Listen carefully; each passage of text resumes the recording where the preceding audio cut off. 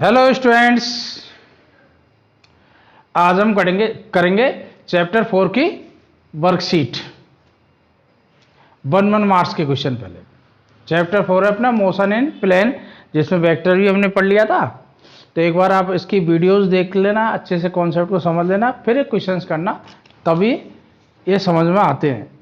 तो आपको questions screen पे दिखते रहेंगे। मैं पहला स्टार्ट कर रहा हूँ, ठीक है। ये 1 मार्क्स के क्वेश्चन है सारे। अब इनमें 1 मार्क्स के क्वेश्चन कई बार 2 मार्क्स में ही दे देते हैं, तो उसमें ज़्यादा लिखना होता है। 1 मार्क के क्वेश्चन है। पहला, first, when is the magnitude of the resultant of two vector equal to either of them. ये कह रहे हैं दो वेक्टर है, उनका रिजल्टेंट तीनों ही इक्वल हैं, तो कब होंगे? तो आपका रिजल्टेंट का फॉर्मूला इसमें ये है ना, R square equal to P square plus Q square plus 2pq cos theta. अब क्वेश्चन में गिवन क्या है? ये गिवन इंफॉर्मेशन है, R equal to P equal to Q. तो आपको थीटा पता करना है, कब होंगे, कितने एंगल पे होंगे, थीटा पता करना है। तो आर की जगह भी पी लिख दो, क्यू की जगह भी पी लिख दो इसमें। तो देखो, ये P square equal to P square, Q की जगह भी पी लिख दिया, P square plus X Q को पी लिख दो, 2p square cos theta. P square cut गया, इस पी स्क्वायर को उधर ले जाओ, तो minus P square equal to 2p square cos theta. तो कॉस थीटा इक्वल टू कितना आ गया? -हाफ। अब कॉस थीटा -हाफ वैल्यू कब होती है? 120 पर। तो थीटा कितना आ गया? 120 डिग्री। ये आपका पहला क्वेश्चन हो गया। अब second question, second, can a plus B equal to a minus B. ये कह रहे हैं दो वेक्टर का एडिशन a प्लस बी और a माइनस बी इक्वल हो सकता है क्या? दो वेक्टर का ऐड कर दो, दो वेक्टर को सबट्रैक्ट कर लो, ये पॉसिबल है क्या? तो देखो, जनरली तो नहीं होता, लेकिन पर्टिकुलर केस है, यस, ये हो सकता है। If b is zero vector और नल वेक्टर, अगर b जीरो वेक्टर है तो a प्लस जीरो कितना रहेगा, और a माइनस जीरो, ये जीरो वेक्टर, तो ये भी a रहेगा और ये भी a रहेगा। इस केस में हो सकता है, ये तभी पॉसिबल है जब b नल वेक्टर हो। Third,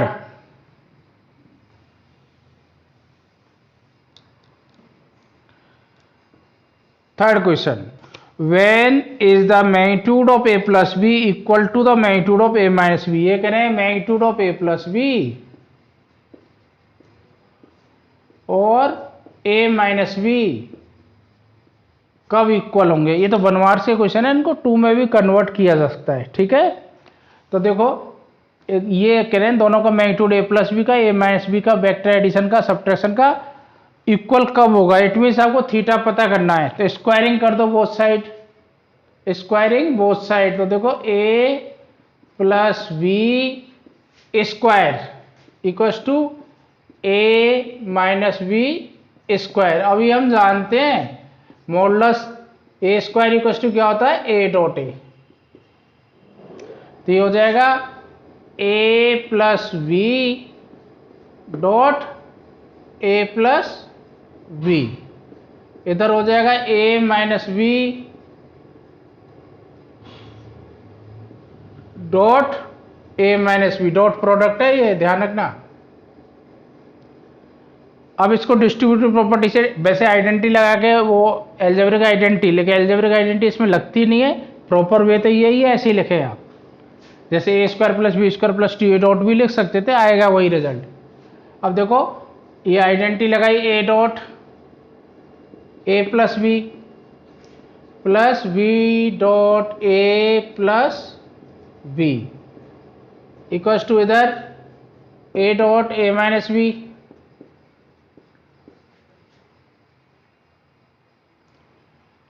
minus B dot a minus B.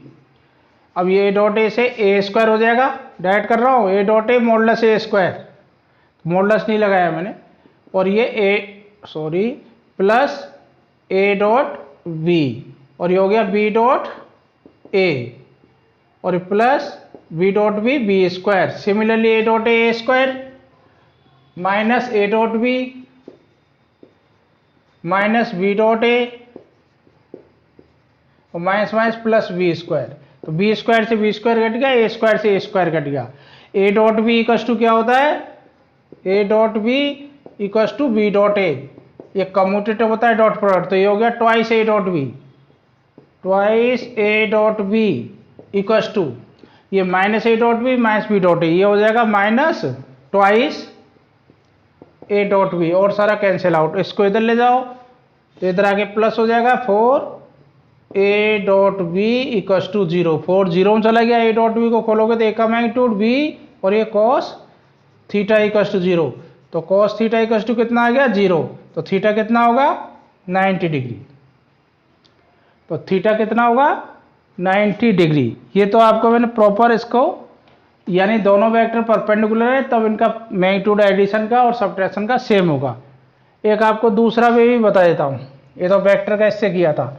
अब रिजल्टेंट से a प्लस बी जो निकालते थे ना, r equals to A plus B, तो इसका मैग्नीट्यूड क्या आ रहा था, यही तो था, r equals to under root A square plus B square plus 2ab cos theta. ऐसे शॉर्ट भी लिख सकते हो, इस फॉर्मूले लगा दो, ये मैग्नीट्यूड ही तो देगा इसका a प्लस बी का, तो ये होगा a माइनस बी में क्या होता था, माइनस आ जाएगा,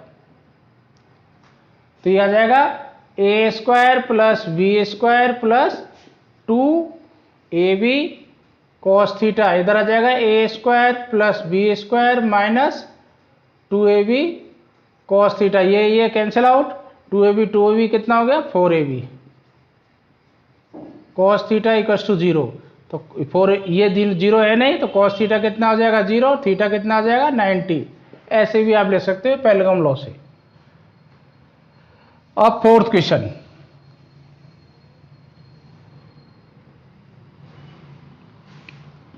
question 4, under what condition will the direction of sum and difference of two vector be same?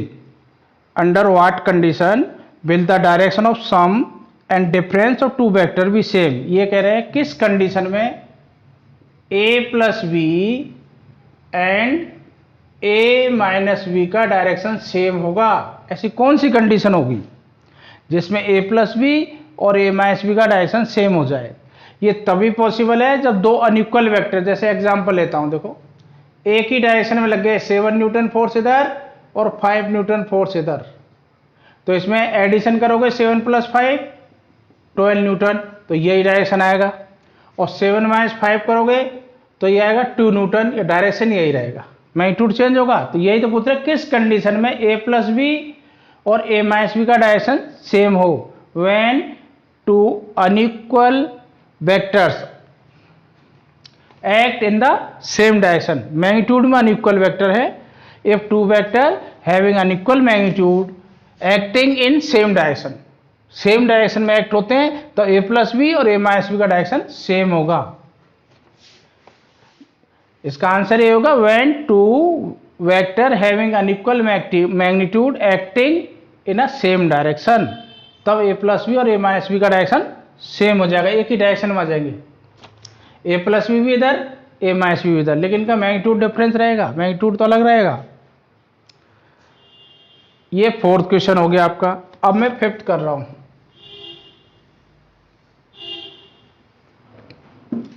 Fifth question,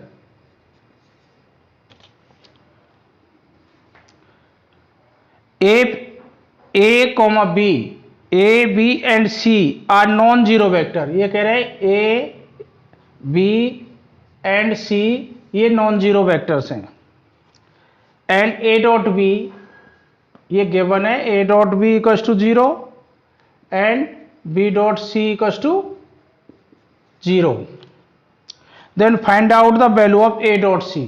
तो ये कह रहे हैं ए डॉट सी की वैल्यू बताओ। देखो दो वेक्टर का डॉट प्रोडक्ट 0 है, इसका मतलब इसका मीनिंग क्या निकला, ए परपेंडिकुलर टू बी, इसका मतलब ए और बी वेक्टर एक दूसरे के परपेंडिकुलर हैं। बी डॉट सी जीरो का मतलब क्या निकला, बी वेक्टर परपेंडिकुलर टू सी। अब देखो सपोज ए वेक्टर ऐसे है, ये ले लिया मैंने ए वेक्टर, और बी वेक्टर ऐसे है तो हो गए ये परपेंडिकुलर, और सी वेक्टर यानी बी सी के परपेंडिकुलर है, तो सी वेक्टर सपोज ऐसे है,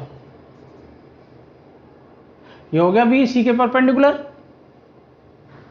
तो ए और सी कैसे हो गए, यहां लिख देना A perpendicular to B and B perpendicular to C.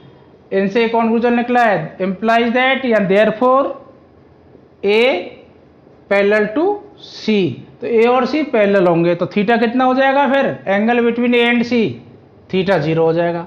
तो ए डॉट सी आपको फाइंड करना है, तो ए डॉट सी क्या होगा, magnitude of A magnitude of C cos 0। Cos 0 की वैल्यू कितनी होती है 1 AC, सिंपली मैग्नीट्यूड का प्रोडक्ट हो जाएगा।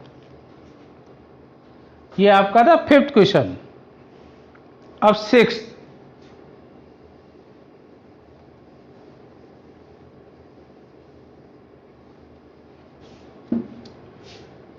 Question, what is the magnitude and direction of, ये कह रहे हैं एक वेक्टर दे रखा है i प्लस जे, इसका मैग्नीट्यूड बताओ और डायरेक्शन बताओ। तो देखो हमने ये सीख रखा है, ए वेक्टर है, सपोज 2 डायमेंशन में लिख रहा हूं xi प्लस yj, तो इसका मैग्नीट्यूड क्या होता है, ए वेक्टर का under root X square plus Y square, ये इस वेक्टर का मैग्नीट्यूड है। और डायरेक्शन यानी angle with X axis, angle with X axis के साथ क्या होता है tan theta, theta angle this upon this Y upon X, ये हमने सीख रखा है इस चैप्टर में। तो आई प्लस जे का मैग्नीट्यूड, सपोज इसका नाम ए देता हूं, तो मैग्नीट्यूड क्या हो जाएगा इसका, आई का कोफिशिएंट यानी 1 का स्क्वायर प्लस जे का कोफिशिएंट, यहां भी 1 का स्क्वायर दैट इज √2, और डायरेक्शन यानी angle with X axis, x के साथ एंगल। तो ये टेन थीटा निकाल दो, टेन थीटा क्या होगा वाई अपॉन एक्स, वाई कितना है यानी जे का कोफिशिएंट 1, एक्स कितना है ये 1, तो ये हो गया 1, और टेन थीटा 1 का होता है जब थीटा 45 हो, टेन 45 1, तो एंगल एक्स के साथ इस वेक्टर का आ गया 45। 7th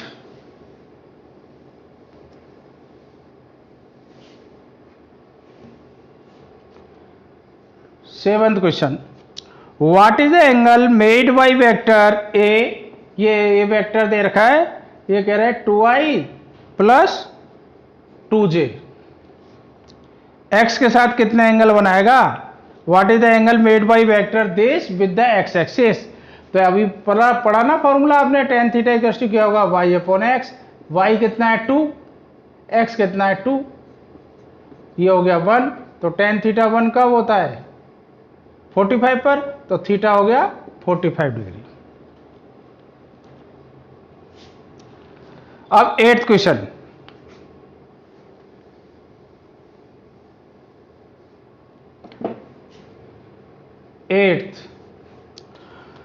what should be the angle theta between two vector a and b for that their resultant are to be maximum। ये कह रहे हैं a और b के बिटवीन एंगल कितना होना चाहिए जिससे r मैक्सिमम हो जाए। तो हम जानते हैं r क्या होता है under root A square plus B square plus 2ab cos theta. तो r मैक्सिमम कब होगा जब कॉस थीटा की वैल्यू मैक्सिमम हो, तो r will be maximum if cos theta maximum. तो कॉस थीटा की मैक्सिमम वैल्यू क्या होती है 1, तो थीटा कितना होता है 1 कब आता है थीटा 0 पर। तो आर मैक्सिमम होगा जो angle between A and B is 0, A और बी के बिटवीन एंगल कितना है 0 है, तब आर मैक्सिमम होगा। 9 what should be the angle theta between two vector A and B for their resultant R to be minimum. यही formula लगेगा, R equal to क्या है under root A square plus B square plus 2ab cos theta, r will be minimum, r minimum होगा if cos theta minimum हो। cos theta minimum value क्या है? -1। और cos theta की -1 value कब होगी? जब थीटा 180 डिग्री हो। ये तो फिक्स हो गए, तो थीटा पूछ रहा है कब? जब मिनिमम होने के लिए थीटा 180 पर, यानी एक वेक्टर ऐसे लगना चाहिए तो दूसरा ऐसे लगना चाहिए, तो ये मिनिमम मैग्नीट्यूड हो जाएगा रिजल्टेंट का। और सेम डायरेक्शन में लग गया तो मैक्सिमम हो जाएगा वो। अब 10th क्वेश्चन,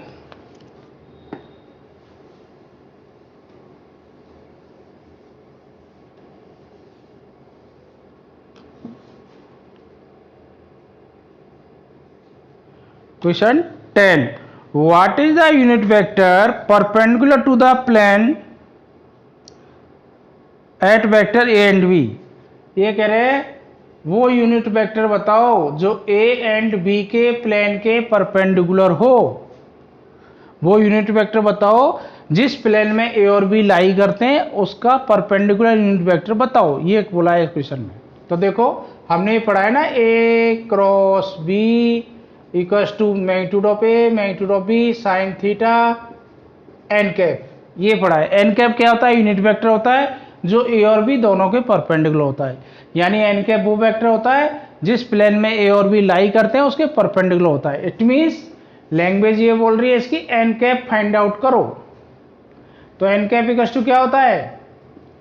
ये इससे निकाल लो, A cross B upon A B sine theta, ये वेक्टर होगा एन कैप। या फिर इसको ऐसे भी ले सकते हो, ए क्रॉस बी, ये ए क्रॉस बी का मैग्नीट्यूड है, magnitude of A cross B. ध्यान रखना एन कैप ए और बी दोनों के परपेंडिकुलर, यानी ए और बी जिस प्लेन में लाई करते हैं उसके परपेंडिकुलर यूनिट वेक्टर होता है। तो यही वो इनकी आस्किंग है। अब देखो 11 क्वेश्चन, ए क्रॉस ए, यही तो पूछा, what is the value of A cross A. A cross ए की वैल्यू क्या होगी? अब इसमें यही यूज करो आप। ए क्रॉस ए क्या होगा? Magnitude of A into magnitude of A sine theta कितना होगा? A and A 0, sine 0 N cap भी लगाता हूँ। साइन 0 क्या होता है? 0, तो ए क्रॉस ए क्या आ जाएगा? 0। खुद का खुद के साथ क्रॉस प्रोडक्ट हमेशा 0 होता है, तो A cross A 0, B cross B 0, C cross C 0। अगर खुद का उसी वेक्टर का उसी के साथ क्रॉस प्रोडक्ट करोगे तो ऑलवेज 0 होगा। अब next question 12, what is I dot J cross के, इसकी वैल्यू बताओ। तो देखो हमने ये क्रॉस प्रोडक्ट पढ़ाया था तो आपको बताया था आई, ये जे और ये के, अगर ऐसे घूमोगे तो पॉजिटिव वैल्यू दे देगा, ऐसे ही तो था। तो आई क्रॉस जे करोगे तो के आएगा, जे क्रॉस के करोगे तो आई आ जाएगा। तो जे क्रॉस के की वैल्यू क्या आएगी? जे क्रॉस के इक्वल्स टू आई। इधर जाओगे तो नेगेटिव आता है, तो जे क्रॉस के है जे क्रॉस के, तो आई डॉट जे क्रॉस के क्या आ गया? आई। तो ये बना I dot I. I dot I क्या होगा? आई का मैग्नीट्यूड, ये भी आई का magnitude, angle between I dot I and 0 cos 0, आई का मैग्नीट्यूड 1, इसका भी 1, कॉस 0 भी 1, तो आई डॉट आई 1। हमने ये पढ़ रखा है I dot I 1, J dot J 1, के डॉट के 1। अब देखो 13 क्वेश्चन 13,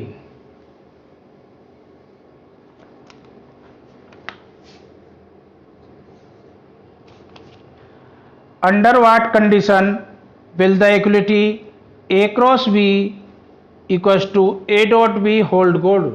ये करें किस कंडीशन में ए क्रॉस बी का मैग्नीट्यूड ए डॉट बी के इक्वल होगा, किस कंडीशन में होगा। तो आगे बढ़ते हैं इसको। ए क्रॉस बी का मैग्नीट्यूड क्या होगा? A B sine theta N cap, ये तो ए क्रॉस बी होता है, और A dot B A B cos theta. अब मैग्नीट्यूड निकालोगे ए बी साइन थीटा,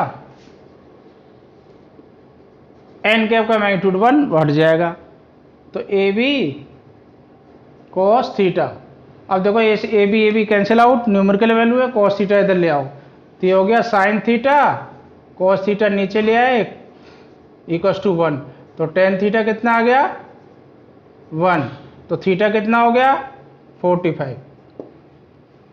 जब इन दोनों के बिटवीन एंगल 45 है तो ए क्रॉस बी और ए डॉट बी का मैग्नीट्यूड या न्यूमेरिकल वैल्यू सेम होगी।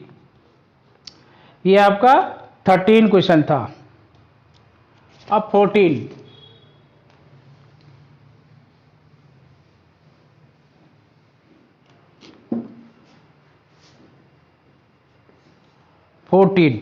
देखो ये 1 मार्क्स के क्वेश्चन है। मोस्टली बच्चे, अगर आपको फिजिक्स में अच्छा करना है, इवन साइंस का, वो साइंस की जो भी स्ट्रीम है उसमें अच्छे करने हैं, तो क्वेश्चंस तो आपको फिजिक्स में तो खूब करने पड़ेंगे। अगर कंपटीशन टारगेट है तो 1 मार्क्स के 2 मार्क्स के क्वेश्चन की जितनी ज़्यादा प्रैक्टिस होगी उतना ही आप कंपटीशन में भी फिजिक्स में अच्छा करोगे। तो क्वेश्चंस को अवॉइड मत करना, जितनी आपके पास जो भी रिफ्रेशर बुक है, जो भी बुक है, उसके आप क्वेश्चंस करना। 14th, what is the angle between A plus B and A plus B and A cross B, इनके बिटवीन एंगल बताओ, ये क्वेश्चन है। A plus B and A cross B. देखो ए क्रॉस बी तो क्या होता है, ए और बी के प्लेन के परपेंडिकुलर, एन कैप इसका डायरेक्शन देता है, और ए प्लस बी का डायरेक्शन वही होता है, ए प्लस बी का जो रिजल्टेंट का डायरेक्शन आएगा वो ए प्लस बी के प्लेन में आएगा। तो बताओ एंगल कितना हो गया इनमें,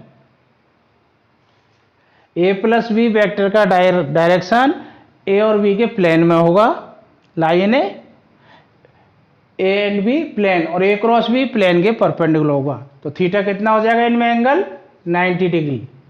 समझ में आया नहीं आया? एक बार फिर बताता हूं। देखो ये ए वेक्टर है और सपोज ए बी वेक्टर है, तो इसको ऐसे ही तो ऐड करोगे, ए वेक्टर, ये बी वेक्टर, इनका ये रिजल्टेंट आ गया आर, तो इसका डायरेक्शन किस में हो गया, इसी बोर्ड के प्लेन में हो गया।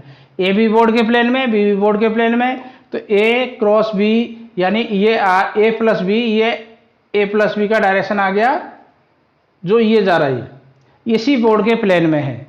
अब ये लेते हैं हम ए वेक्टर ऐसे और ये बी वेक्टर, यही तो है बी। अब इसका ए क्रॉस बी निकालते हैं, ए क्रॉस बी ऐसे राइट हैंड रूल से, तो डायरेक्शन बोर्ड के परपेंडिकुलर आ गया। इसका तो किधर है, बोर्ड के प्लेन में आर का, और इसका किधर आ गया, परपेंडिकुलर। तो थीटा कितना हो गया 90 डिग्री। ठीक है। अब नेक्स्ट 15 क्वेश्चन,